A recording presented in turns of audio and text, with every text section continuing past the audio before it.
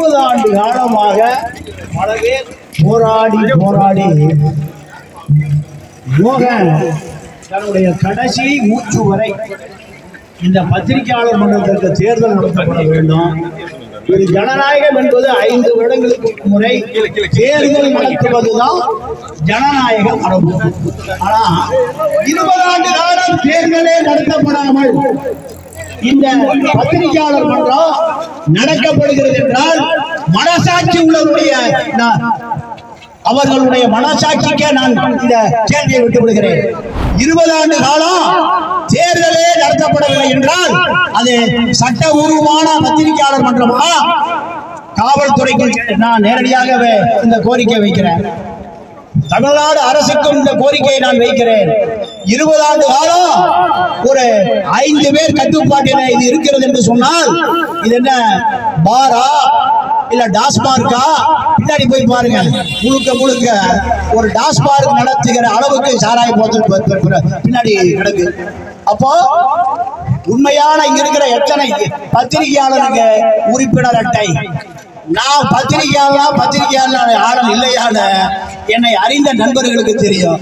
20 ஆண்டு கால போராட்டம் ஒரு அட்டை வாங்க முடியல.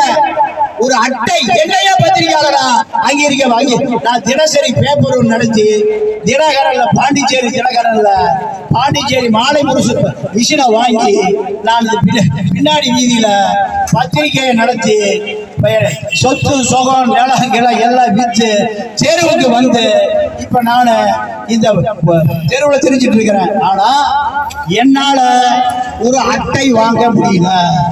தினமலர் போக தினகரனுக்கு போய் பல ஆண்டு கால போராட்டம். இந்த பத்திரிகையாளர் மன்றத்திற்கு தேர்தல் நடத்தப்பட வேண்டும் என்று பல முயற்சி செய்து நடத்தப்படவில்லை. உயர் நீதிமன்றத்திற்கு வழக்கு போகிறது.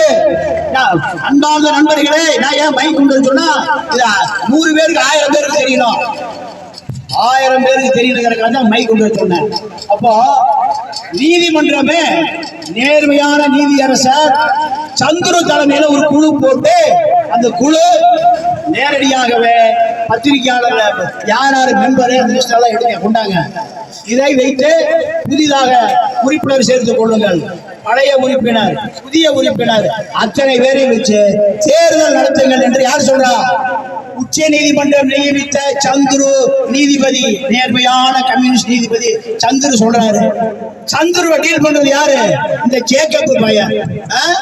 அவரு பழைய லிஸ்ட ஜெராக்ஸ் எடுத்து கொடுத்தாரு. இவன் போய் ஆலையா காண ஓடிப்பிட்டான். அவருக்கு சுகரு பிபி எல்லாம் ஏறி மத்தியான சாப்பாடு இல்லாம 3 மணி வரைக்கும் உட்கார்ந்துருக்காரு. உயர் நீதிமன்றம் அனுப்பி இருக்கு, ஒரு பத்திரிகையாளர்களுக்கு ஒரு நன்மை செய்யணும். இதுக்காக 3 மணி வரைக்கும் அவருக்கு சுகர் ஏறிட்டே இருக்கு. அவர் நோயாளி, ரிட்டையர்டு, ஓய்வு பெற்ற நீதிபதி. அவரு நீங்க ஊடகவியலாளர் அத்தனை பேருக்கு சொல்றேன், இந்த நீதிபதிக்கு தண்ணி காட்டுறது யாரு? ஜேக்கப். ஐயா நீதிபதி வந்து கேட்டேன், என்ன ஐயா இந்த பயல எப்படி என்ன காக்க வைக்கிறானுங்க? உங்களை எல்லாம் எப்படி காக்க வைப்பானுங்க? ஆமாயா, பல கோடி ரூபாய் வச்சிருக்கான். கார்பரேட் காராய கடை, கார்பரேட்.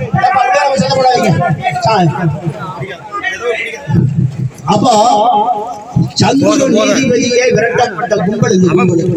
சரி, அடுத்து பத்திரிகையாளர் மன்றத்துல